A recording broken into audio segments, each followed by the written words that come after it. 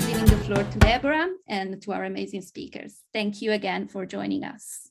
Thank you very much. And thank you, Dalila, for this opportunity and really for the opportunity to watch the films, because, you know, I think one of the things we're aware of in our field is that we often don't get to see so many fantastic films. So thank you to the filmmakers and for Dalila for the chance to watch your films. The way we wanted to do this, or the way I wanted to do this, was to start with a very general question for all the filmmakers. And then, because it's kind of spatially strange, it's not like a panel where you can turn to people, to focus on each filmmaker and ask specific questions.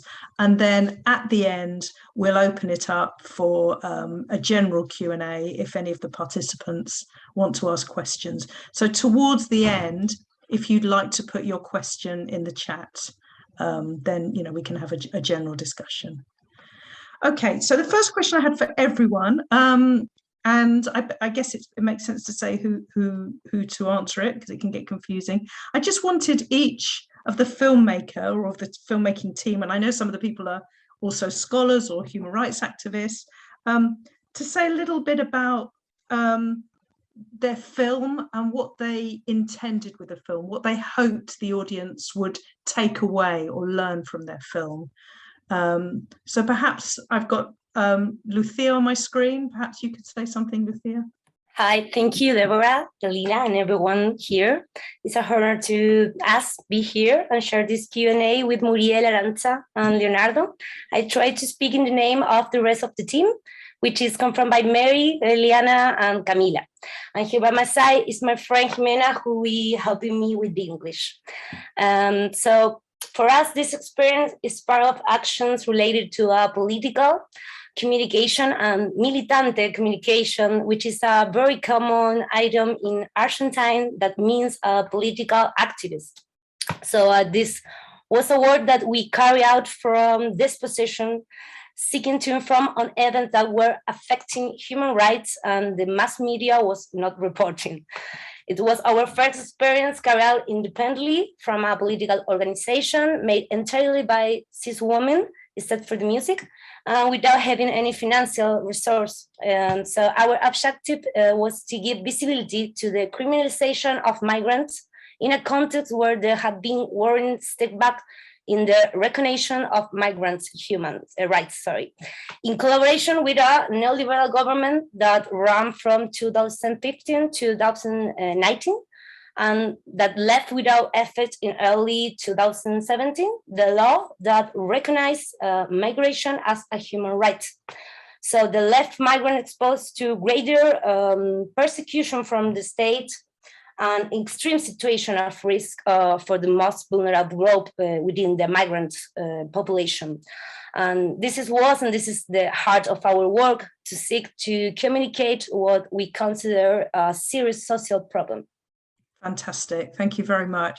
So if I can ask Arantza and Muriel from Nosotras Audiovisuales, you know, what your intention was with the film, what you hope people would take away from it.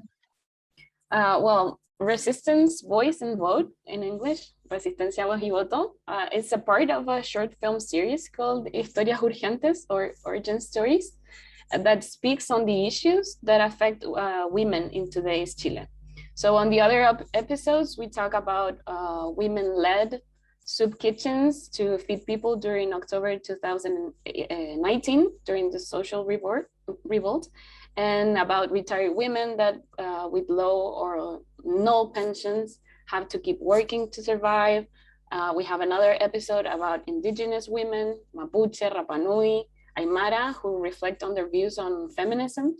And with all these stories, we aim to give visibility as well to this collective and also personal narratives that are part of this dominant, that aren't part of this dominant one, that are key to, for social change today. So that's our main goal. Thank you very much. And talking before this panel, Nosotras Audiovisuales have said that they're happy to share their films with us.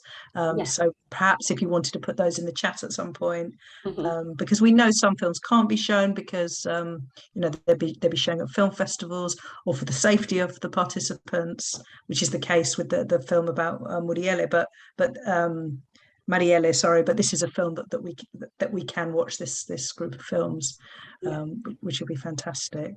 So I don't know whether to call you Leonard or Leonard. I'll call you Leonard as we're talking English. Perhaps you could say something about your intention with making the film, and what you wanted people to take from it. So first of all, thank you very much. And I want to say congratulations to the festival. I think when we speak about Cine Mobility, having free access for 5 weeks for such an amazing content of movies is already a political step that I think we all embrace to make political/activist cinema available for everyone. So I'm a PhD candidate in cinema studies at NYU, and part of my research is actually to reflect on the ways mainstream media are portraying political situation. The reason why I made that film is because we have a responsibility in the global north, quote unquote, to show other images of resistance in countries such as Brazil. And I decided to film the resistance 1 year after the murder of Marielle Franco, and we're going to talk a little bit more about that afterwards. It was already a time where Jair Bolsonaro was in power, and obviously mainstream media were just obsessed with that toxic masculinity and all the different things that that man was doing, and doesn't show absolutely anything else than that. That was also a platform because the carnival was happening, and very few people all over the world knew that the carnival actually is a space of resistance. We just see all the time the same people dancing, orientalizing woman body, but we don't see actually that from the Brazilian dictatorship, the carnival is a political space. So the way I was using somehow the privilege coming from the global north and collaborating with, I hope, an ethics of collaboration with the communities that I filmed, I really wanted to bring a film that would talk to a mainstream global audience what is happening, and as a scholar to use the camera to decolonize the knowledge, because academia also needs to be decolonized, and I do think that the visual media is helping for that. That's really interesting. We'll talk more about that when we talk about your film. So I'm going to now pass to each filmmaker and just spend a little bit of time with each filmmaker. So if we start with Lucía and your film La Otredad, a very short but packed full of fabulous images, I wanted to ask you about your choice of images, because it's so rich in such a short space of time. Could you talk a little bit about the selection process of the images in the film? Yes. Our short film was made, as we said before, without financial resource, without professional equipment, and in a very short time.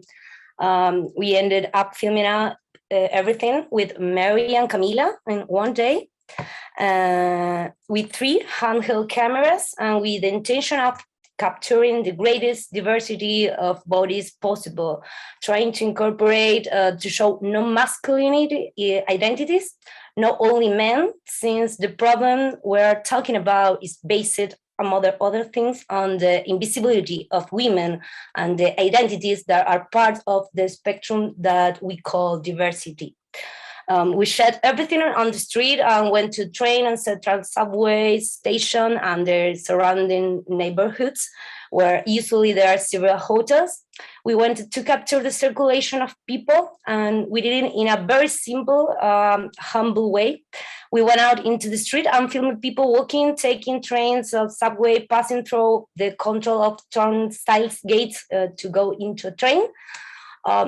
Daily images that reflect on a small scale how people are continually crossing borders, are on the move, even into the same city. That's very interesting, and I noticed there were a lot of emphasis on some of the written words, like you must no entry, and there's a lot of the kind of visual images suggested the prohibition on people. So there's a lot of movement, but at the same time a lot of attempts to control the movement, and I'm sure that you intended that. Sorry, that's a question I hadn't written, but that occurred to me.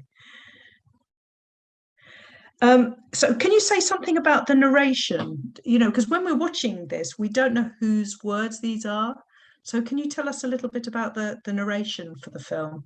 We are facing societies that are profoundly unequal and that replicate asymmetries in all the relationship between people. So the difference of class, gender, or nationality does not translate into a characteristic, but rather into a vector of inequality. In a capitalist and patriarchal society, the unequal organization implies that some have a place of privilege at the expense of many others. The rich over the poor, the native over the migrant, the men over the women or LGBTA people, etc., which can also overlap between each other. There are people who belong to more than one vulnerable group at the time. And this is something that we feminist movement has given a name to called intersectionality. And they're so necessary to understand better inequalities. And also to think of them as potential, as allows the creation of new alliance and thus resistance. In this end, it's necessary to name these identities and put words and body to inequality. But we also know that stigmatization exists and determination by phenotypes or of identity or of the belonging of people to some group. It could be a reproduction of racism. So, on the other hand, the diversity of our societies make it impossible to identify people by physical characteristics. That is why we try not pigeonhole to face people that appear in the short, try not to reproduce the stigma that our eyes carry always. I don't know if I answered your question. Yeah, thank you. And so did you write the words that accompany the image? Yeah. Okay. We work on the script with Liana. Yes, we start from the idea of understand our societies, as I say, as totally diverse relational spaces in culture, ethnic, religious, political terms. We believe that our societies are characterized by the encounter, the mixture, and the plurality of different communities or collective experience, which enrich us and does not allow us to draw a clear distinction between them and us, between an outside and inside. So we try to synthesize these features and, we mentioned Hegel to anchor him to a binary logic, dichotomies thinking. And we think that this is the reason that define, the reason why the oppositions, the binary positions, define the people as new, as Hegel says. Decide what is on one side and what is on the other side, what is recognized or what remains on the margins. Yes, the outsider. I think one of the things I really liked about your film is that I felt your camera takes us right into the city and that we're there, and there's no sense of who is national, who is foreign. It destabilizes the idea of a national Argentinian person and a foreigner, and everyone belongs to the city. Was that something you wanted to show in the film? Yes, because there is no, like I say, there clear difference or between our physical appearance. So in Argentina, and we have a lot of migrant people for a long time. So yes, it was an intention, and it was something that it could debía pasar. Yes, it could happen. It could happen. It happened a lot during the film because people were were hanging out and were crossing, and there were a lot of physical appearance that they are really characteristic from another country, but here, and maybe they are an Argentine people or maybe not. We don't know that. And that was the the intentional view of the film, of the short. And I think the other thing I found interesting was it was very specific in terms of time and place, but at the same time, it felt very universal. So it felt like it could be any city, but it was also this city now. Again, was that your intention? It's a phenomenon, and it's not only in Argentine, because we take the moment, the annulment of a law that recognize the right that migrate as human right, but it's not a problem of its own, a phenomenon of Argentine. It's a phenomenon on trans-historical and trans-national experience. Yes, it's not a problem. It's just a problem in Argentine. It was a problem in Argentine because right now we had a lot. We had again the law that recognizes the migration as human rights. But yes, it's a trans-historical, transnational experience. Yeah, fantastic.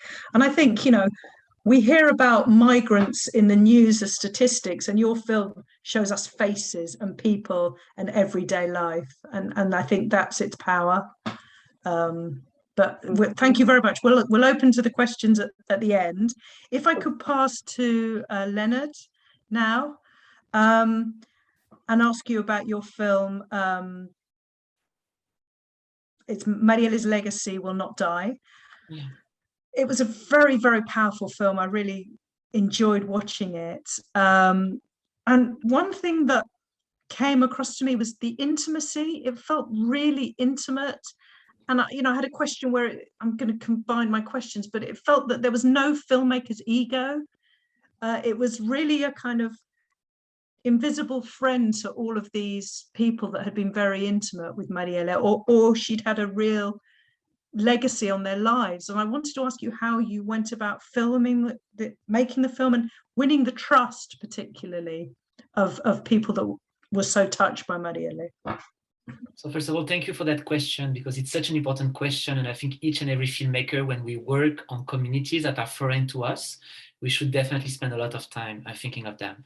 But just before to start, I just wanted to say that it's been 1,307 days that Marielle Franco has been murdered.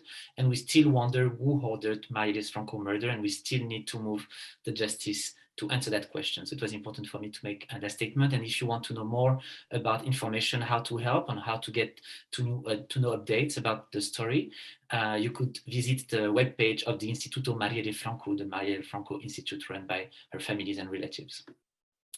So the question of intimacy was very important. And before filming, my fieldwork actually happens in Heroes Favela, and more specifically in Favela, in Rocinha, but also in Favela da Maré. And one thing that I was always struck is how much international media and films like to portray the favela as a masculine space, a kind of a gang war space. But when you spend much time in the favela, you understand actually that the favela is very feminine. Who does the work of community organizing, helping different communities within the favela during COVID right now, how to get the food supply, because the state, one of the first things that the state did is to cut the water, for instance, during the pandemic. So that woman's work needed to be amplified. It's not that it's invisible, but need to be amplified. And I think the intimacy is to see that how much women and many different organizations are used to actually collaborating and working together. Something that is fascinating with the case of Marielle Franco is that she was representing different identities. She was Afro-Brazilian, woman in politics, she was an academic, she was queer/lesbian, and all the different communities she was advocating for, she was also working for. So this is how, when she got murdered, executed, the word executed is important because this is the word that activists want me to use to remind what's happening from actually the dictatorship. They had to find a way to work together. And I think that hopefully you can see that in the movie, that one of the ways was to create a space of conversation, discussion. how to put different activist mobilization in one meta movement, Justice for 𝐌𝐈𝐆𝐑𝐄𝐒 movement, and how to find a way that each and every community exists as much as 𝐌𝐈𝐆𝐑𝐄𝐒 was existing with all the different identities. So I think that intimacy came there. I worked also with two women, Ethel Oliveira, lesbian activist from the favela, and a feminist from Spain, Pilar Rodriguez. We spent 1 month before filming, spending time in different meetings. So this is where you explain the project, but also I was very lucky to be in safe space with only women, and I learned a lot, and I was very thankful to be in those spaces. So little by little explaining that project, having collaborators, and creating that space. But something that was really amazing at the moment of the 1 year of the anniversary, the time of the movie, is that every day something was happening. Every day events were running. And I think that people were coming together, getting to know each other in the fight, and that intimacy comes also from there. Like they are exhausted because they were like working all day, but at the same time, the passion for the fight, and something that is important for me was to show the joy of it. Sometimes we show only activist community as being serious, being, speaking about political issues, but there is joy in fighting together despite the worst that can happen. This is not undermining the political situation, but I also wanted to capture that. That's really interesting. And I think something with the Nosotras Audiovisuales as well is that both of the films capture the injustice, the resistance, but also the joy of the when people come together and resist. And I think both of your films captured that so well. We were talking a little bit before about you talked about safe spaces and how you managed to gain their trust. And then we were talking about, can people see this film? Perhaps you could say a little bit about, what kind of risks some of the participants were taking in participating in this film, and are they worried about people seeing it on a wider stage? So the question also comes to the question of the selection of the images. Yeah, I got like a lot of interviews and different moments that I decided not to show, because I thought it was too sensitive and I didn't want to take the responsibility if anything could happen. The people that remain in the last editing were the people that were the most visible, and in the way they were engaging with the topic was the same way they were engaging in a public space. So I thought that it was less threatening for them. But I met a lot of people who have been threatening for years and years, and I realized how much that rising of Bolsonaro as a president in 2019 actually come from many, many years also of having that political propaganda and those threatening aspects, and unfortunately even more for feminist communities, but we can also speak about that a little bit later. So the question of risk was important, also because I decided not to show the negative aspect of it. So one of maybe the bias of my film, I just wanted to show the positive reception of 𝐌𝐈𝐆𝐑𝐄𝐒's fight. But if I am completely honest with you, I would say that 60% maybe of the population in Brazil, or at least in Rio de Janeiro, would tell you that 𝐌𝐈𝐆𝐑𝐄𝐒 deserved that. We saw that in the ways that some people were protesting, and some men, usually men, were coming and were against what people were saying, what people were advocating. This happened to me when I talked about what I was doing, to have issues also in the Ubers I was taking. So I could see firsthand that there is a strong community fighting for her, but there's also a strong community being against her memorialization. That's why it was also important for me to show another kind of memorialization, the one of the street. People writing words on the walls, people drawing her face everywhere, because this is another kind of resistance when on the public space you can be threatened. Just to give you an example, I attended an event in the street, and only women were talking for the election, and you had like a group of men like being in that position with glasses and just waving. And I kept on thinking, if they take guns, they can kill everyone, right? That was a kind of intimidation, and this is a tactic that people use from the Brazilian dictatorship. But just to say that one of the critiques that someone told me, and it's important that I'm saying that, is we can have the feeling that it's easy to be in Rio de Janeiro and to be fighting and to be screaming, we don't want the president from the militias. But this is not easy, and you take a lot of risk on being there. So the selection of images were being empowering, but at the same time showing only public people that somehow need to be visible also, because the reason why 𝐌𝐈𝐆𝐑𝐄𝐒 got murdered, many activists are saying that it's because she was not visible enough. So that's why now you have activists in Brazil using a lot of social networks and media, thing that I thought was not the case, because they need to be much more visible because the threats are so important. Many people leave the country, LGBTQI plus activists, but also feminist activists. So it's important to make them visible too. So you have that double tension, I hope I'm clear with that, to make them visible, but at the same time to protect maybe the ones that have no such a political support. And I think you've really highlighted the ethical position of the filmmaker when people are protesting and potentially in danger, that you have a duty of care to the people that you're filming. And it sounds like you took that very seriously. Did you have discussion with the participants about that? So the participants were so eager that these images are going out of Brazil first, because even if you go back to the 2019 Carnival and you see what, I don't know, different news channels were just like capturing, it's always the same thing. Nothing about the political resistance of the Carnival, or very little. So there is also an importance, right, to show all those images outside of the country and that are being discussed. One of the things that was important also for us was to show the wife of Muriel, her fiancé at the time, because they had to get married in September. Something that I didn't realize is how much queer couple, when someone is being murdered or dies, usually because of homophobia, internalized homophobia, we never see the partner. You're going to see the family, but an heterosexual couple, for instance, the partner will come much more easily. So it was also important for us to give her a space along with the family in the movie, to make her existing in her queer couple and not to make her invisible as well. So all those questions were very, very important. And you saw her wife, how empowered she was by the fact that people had taken Marielle as such an important symbol. Something that struck me, you know, even in the UK, is well, not even in the UK, is how important and valued this kind of Black, lesbian, working class woman was. And I just wonder how you can explain that she's become a symbol. I mean, we were talking about intersectionality before, but you know, how she's become a symbol for, it appears from your film, a whole community. How would you explain that? First, I think she was a woman of the street. She was a community organizer. She was all the time in the protest. At the time, she was a local celebrity, quote unquote. Nobody really knew her on the national scene, but people kept on thinking that she would have a strong career and she would just grow because she's ticking all the boxes, quote unquote, of the minorities in Brazil. So in the early 2000s, when affirmative action came and many Black students or people from the favelas could have access thanks to grants to going to the university, that was actually a moment where people were challenging the national curriculum, as Dalila was saying in the introduction, to finally reflect that Christopher Columbus was someone responsible for a genocide and not necessarily responsible for discoveries. So all those different things made her as someone defying the national narrative, defying the typical representation in politics. 60% of the population in Brazil is Black. Only 2% of Black people are being represented in film and in media. And in terms of representation in the local parliament, because she was a councilwoman, she was the only Black woman.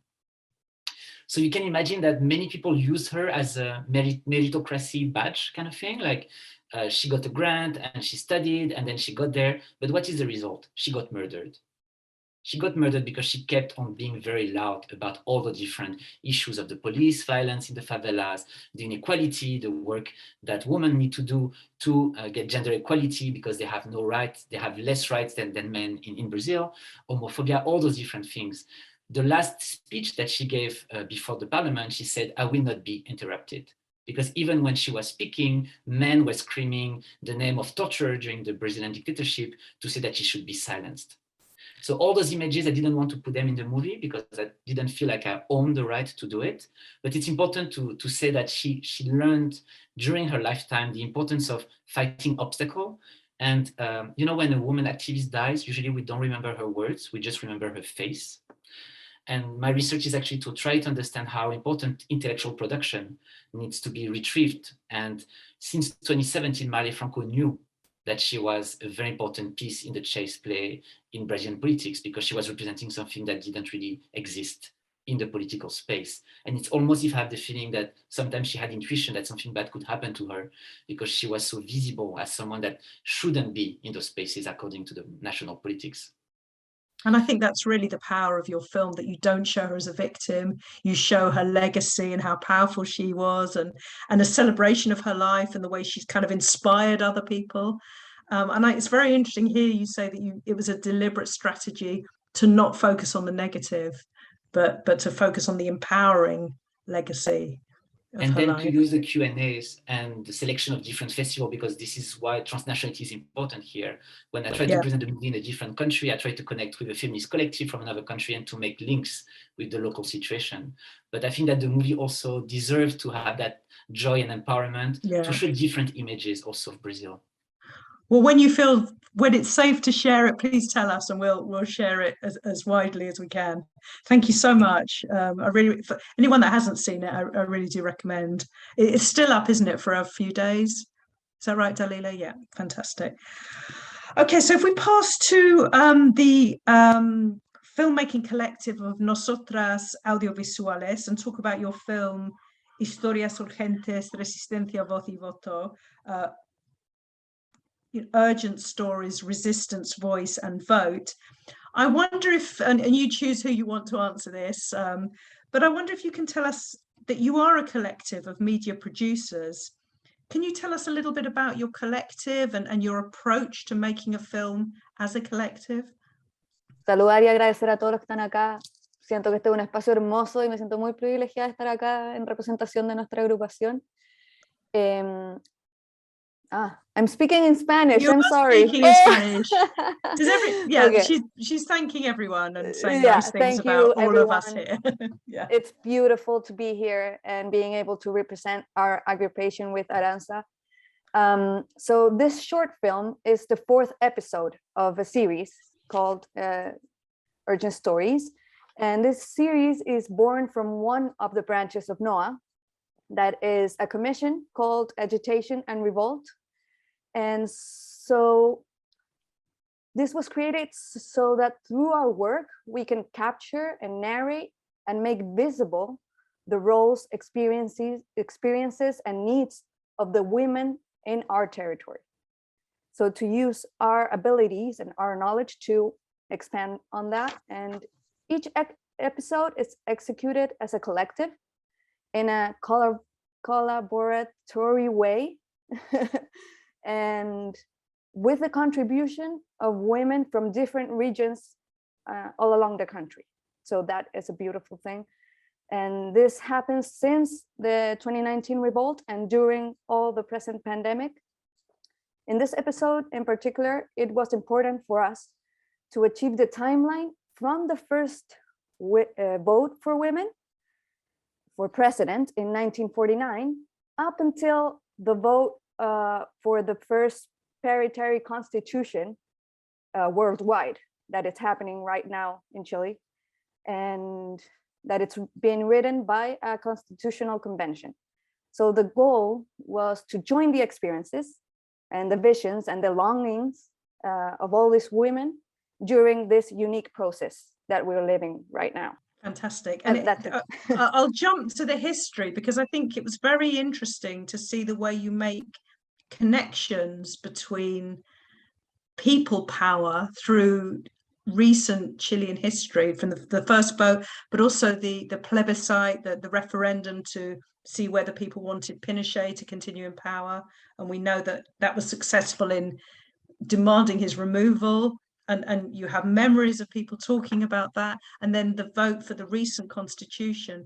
And I wonder how important it was for you to make kind of connections between key moments in history to show a history of resistance in Chile. It results inevitable to make the connection between the past and present moments of oppression. Since we see that this moment is a consequence of and the endurance of the dictatorship up until now. So it's inevitable to join that. Yeah. And as women, we have been hidden in the official history, and as if the feminist movement was created only like for the past couple of years. And it's not like that. It's a movement, it's a struggle that it's long way before that.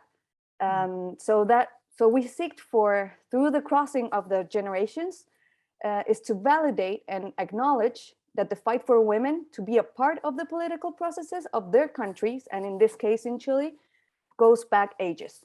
And in this movie, we only show like a small part of that history.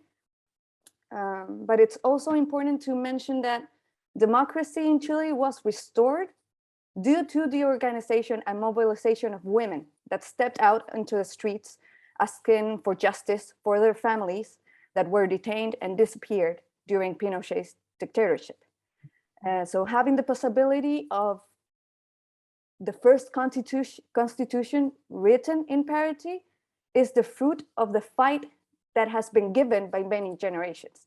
And with the short film, we wanted to claim that fight, the history that belongs to us, and one that we want to continue. And I think it thank you, and it captures the energy and the passion. I mean, I found it very inspirational to watch the film, and perhaps you could say something about, again, also your choice of images and the way you sought to show a really vibrant and dynamic movement of women. Do you mean like the colorful and I mean, I've just written it was so so full of hope and energy and color, and you know how you went about filming that to get that kind of feeling. It's a film that really gives you a lot of feeling and passion, I think. Since we've said this before, NOA is a feminist collective of filmmakers for women and diversity. So we believe this perspective is present in the way we film and in the choices of the moments we capture. It's inseparable. So in this case, we tried to capture the different sides of the social revolt. One side, it is very dark, and it's manifest in police oppression, in deaths, in ocular traumas we had, political prisoners, persecutions. Acknowledging this was crucial in our process. But this other side that you speak of is a very colorful one that we try to reflect on collectiveness, on empathy, on solidarity, and a reclamation of our political space as women and people on the street. So with hope of change and a brighter future. So everyone thought we were alone in this, but in the end, we were thousands with the same feeling. So many people that didn't knew each other connected on this common ideal. So the constitutional process is the reflection, we think, of a possibility of change through an institutional way or a path that is validated in the political scheme of our society. So it's the political way to do this. Which makes the short film to naturally have that positive spirit in the end, because it's a brighter future, we hope. For those who maybe don't follow everything going on in Chile, could you say something about where you are now politically with the constitution? What's happening now? Yeah, we are currently writing, not us, the people that were elected to do so, to write the new constitution for Chile. And this process will be voted again when it's something like a draft. When it's approved, we will vote again if we want to keep this new constitution for our society. And it's very representative of the community in a way that previous politics weren't. Exactly. Our president is Elisa Loncón, if you want to Google her. Okay. She is Mapuche, an indigenous woman who's representing us. And it's very important. It's almost like our new president for us. I think we could learn a lot from Chile at the moment. Yeah, absolutely. Yeah. No, that's great. The other thing I wanted to ask you about was it's not a kind of standard realist documentary, apart from there's lots of footage as well of street scenes, but it's also quite experimental. There's a lot of experimental techniques. Perhaps you could say something about that aspect of the film. To say again, we are a collective of women, and all of the films are made in a collective way. So the mixture of techniques, it's something that is usually common in the work we do. It occurs very organically because we are a lot of women behind this. And so in this case, it arose from the need complement the story, since there was not enough material from the past as we would like to have. And so based on this need is that from different perspectives and creative capacities of each of us, that we felt the urge to illustrate, like in a more dynamic way, to capture the attention of the viewer. Different scenes and that help to create this new atmospheres and sensations. And in this film, like the structure that we proposed when we were creating it, it's also led by the narrative of the subjects that we are following, and that we chose to like represent this cross-generational thing. So it's only logical that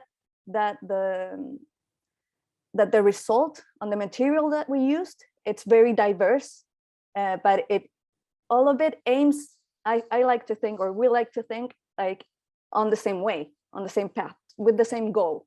Yeah. So we are many filmmakers that have diverse techniques to express what we want to say, or what we want to show, or what we want people to take attention on. So I think that is why the film results in this way. I think it works really well, and it makes it really interesting. And I got the sense watching the film that it's a really and also Las Tesis, for example, that we saw globally. It's a really creative moment in Chilean society, that watching all the images and the people dancing and the people, it feels like this is a moment, and you're capturing various really creative moments in Chilean society. Is that something that you feel being there?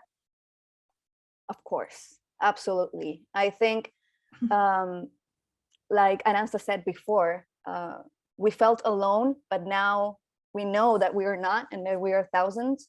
And resistance movement and art, I think, are very like joined together. Like we need to be creative when we wanna turn down like the set structure that dominates everything. So it is actually in the street, if you go out to the protest, to the manifestation, and what is seen, I think outside of Chile, it is like that. Art is present, and it's a force that helps us to manifest and to communicate everything that's going on. And it is hopeful, and it is like Arantza said, for a brighter future. So I think art is it's a fundamental part of it. Definitely. And you really get that sense watching the film. I think here we theorize a lot, whereas in Chile it's like art in the streets. It's fantastic. Okay, I don't want to dominate completely, so we have another maybe 10 minutes. So people can either raise their hand or put their question in the chat. So if you have any questions for the filmmakers, now is your time. Deborah, can I say one last thing that it's very symbolic, and I think important, is that because of the art is so effective in communicating, it happens that, for example, in Chile, all the art was erased. Like government, in resistance to the resistance that we were making, just painted all over it. And it only lasted for like 2 seconds before it's all over again. There's no way of like shutting it down. So I think that was important. I'm sorry, please. No, that's a really good point. And then that's the value of photography and filmmaking, because you have to capture it. If it's going to be erased, your film can capture that. That's really interesting. Okay, so I have a hand up from Esteban. Thank you very much for all the contributions and for the films. I'm only going to ask one. I think I have questions for all of them, but I think I'll just ask one. So if I could ask Lucía, I had a question about the voiceover. So the voiceover says Cristina Fernández. Is this Cristina Fernández the Kitchener? No, hope that no. No. It's another Cristina Fernández. I forgot to name her.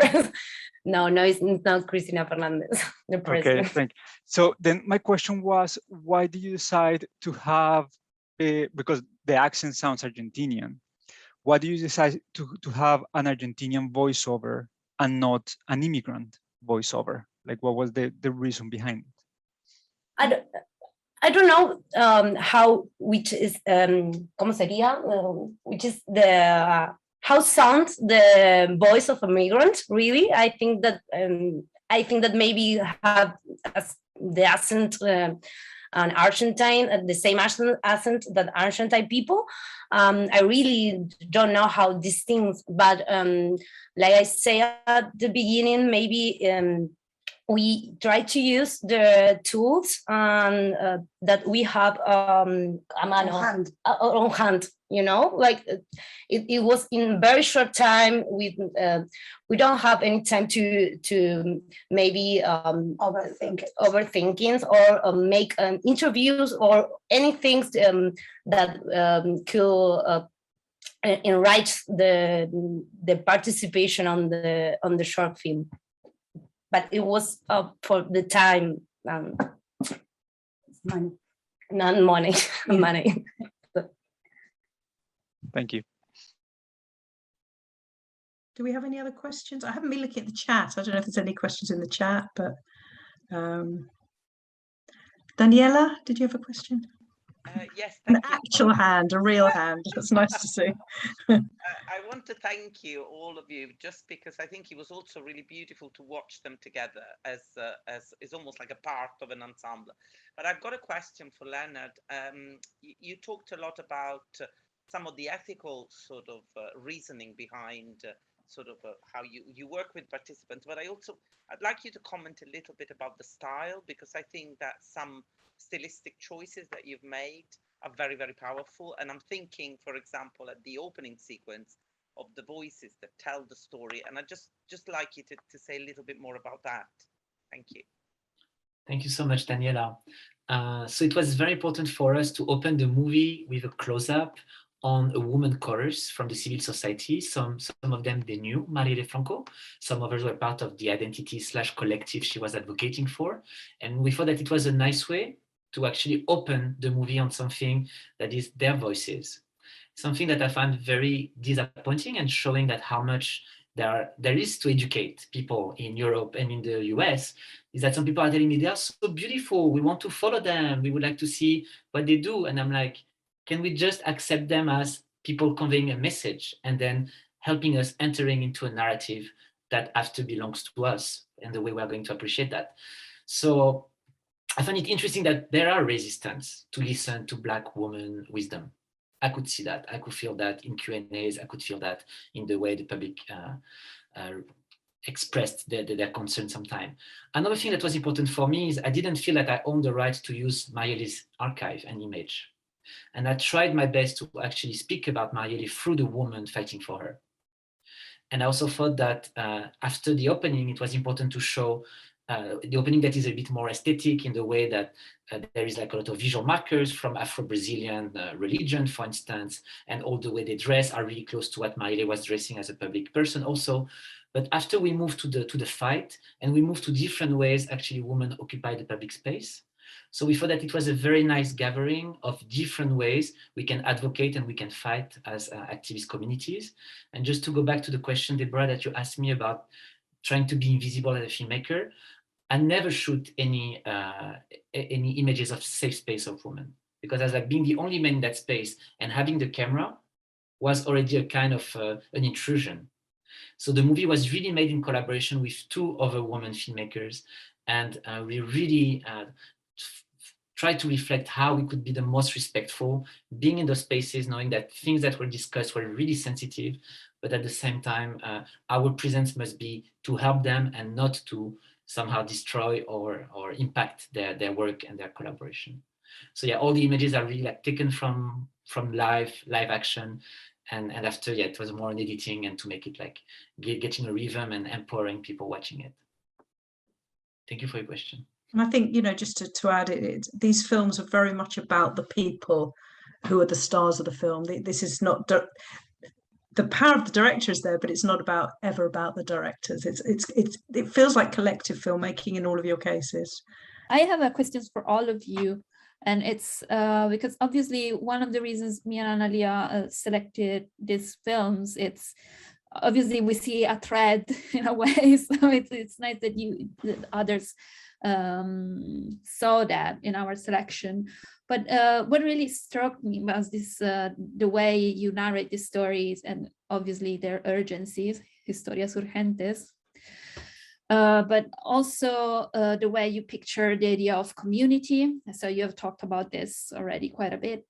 And I was wondering if you can just like tell me a little bit more about how you think using filmmaking was the best strategy to convey your message. I think that, for instance, I was thinking about La Otra Edad. You are not filmmakers. You are a group of activists mostly. So you decided to take the camera for the first time, and you did it with the sense of urgency.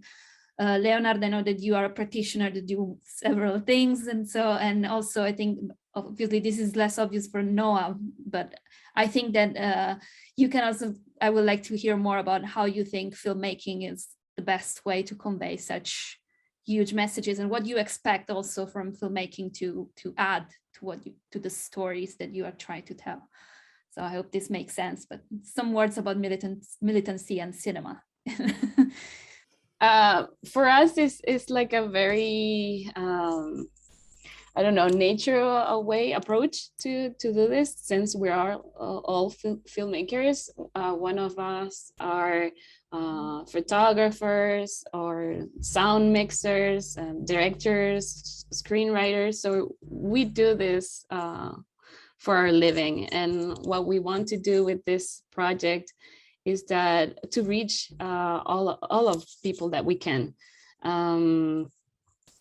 That's our main goal, to tell these stories, to give voices to these people that are fighting in the streets and that are fighting for all of our rights right now. So it's very obvious for us to approach these stories in filmmaking. It's our main tool, and mainly I think all of us studied filmmaking as well, so it is part of our career and background. So that's the only way we know how to do it.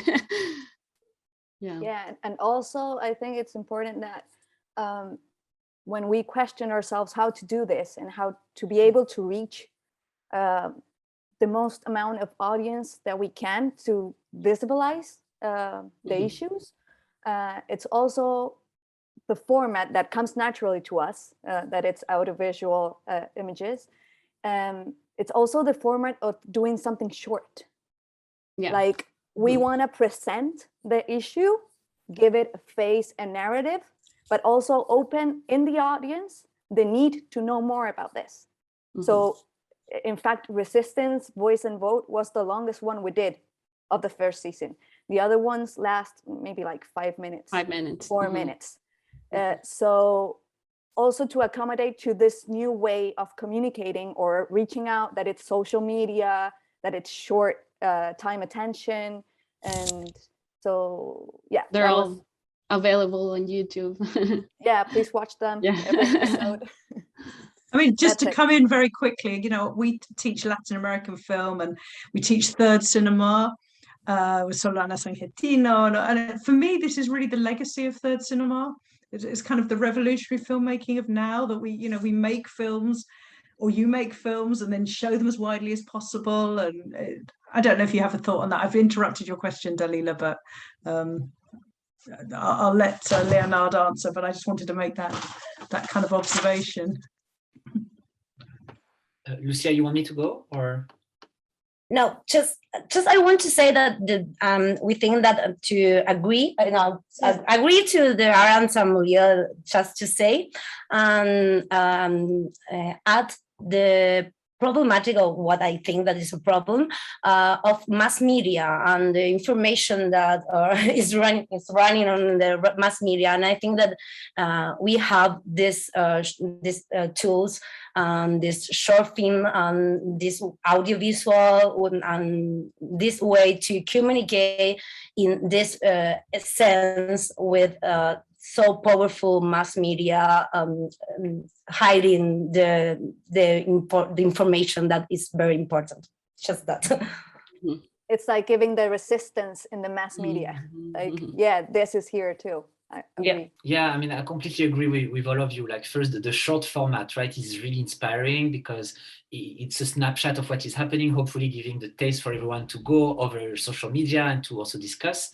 One thing that I would like to add also is when you work on activist communities and when you kill an activist not for the present, but for the stories that activist will be able to tell for the next generation. So the images that we are making are also archives. And I think that this is extremely important. For instance, I left a hard drive with all the images in Rio to the community so that they could do whatever with it. And I think it's important that when we do so many images, and we know that in some meetings I was the only one filming because no one was interested, and you know that the activist communities, they do so much, they don't have time to document their own process. So as an ethics of collaboration, that was also my idea, that we need to, for big milestone moment, I think, of history, be in collaboration with the activists as a society / filmmakers, and helping to create those networks of solidarity and exchanging those images. And today it's important because I see that our movies seem to have so many in common. And I think that somehow they also fight against that stereotypical way of fetishizing activism in mainstream media, those beautiful images that we got from Chile, for instance, but sometimes they were removing the political aspect of it. I mean, it's important aesthetic, and some people will be like very attracted to it, but the discussion behind, the messages behind, and sometimes like a still images is not enough. So the moving image, the speech, and listening to people singing and existing differently in the street with different bodies and different movement is saying much more than the beautiful images of someone holding a flag, for instance. Yeah, and that, Leonard, I agree. And also like to add that I think that happens a lot because film media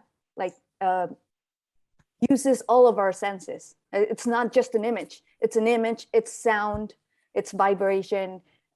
So this seventh art, it's very powerful to communicate and to create archive, as Leonard says.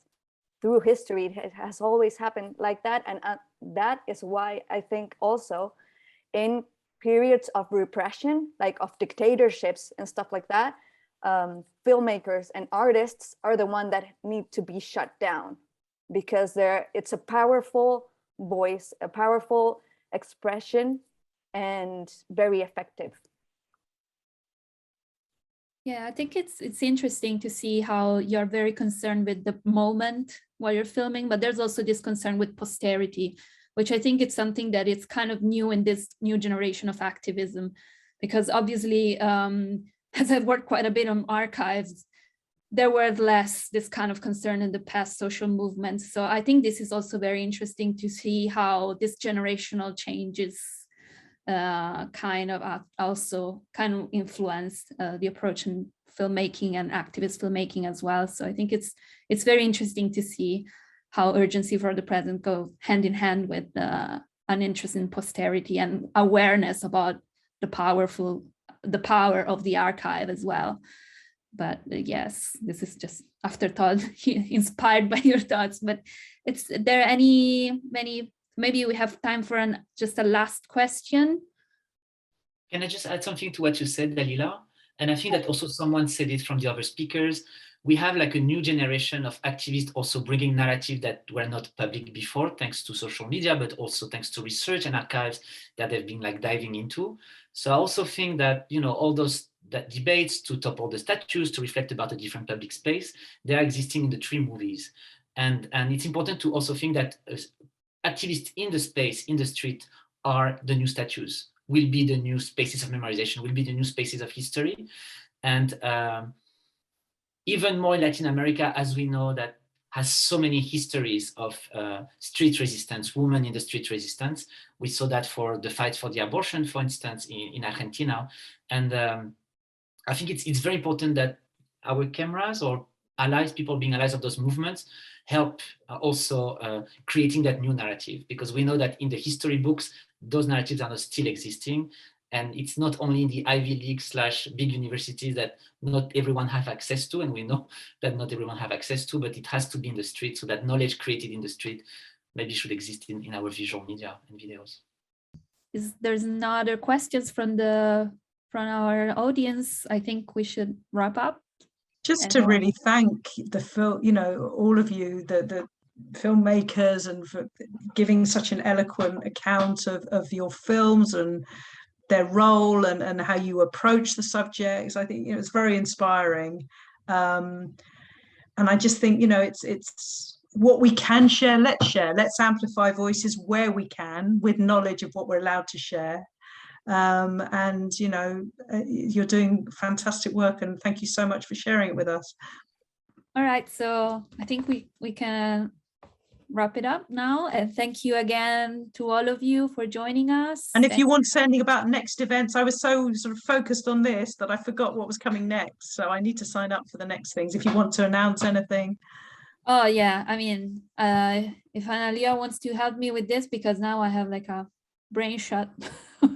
But yeah, next week, tomorrow we have a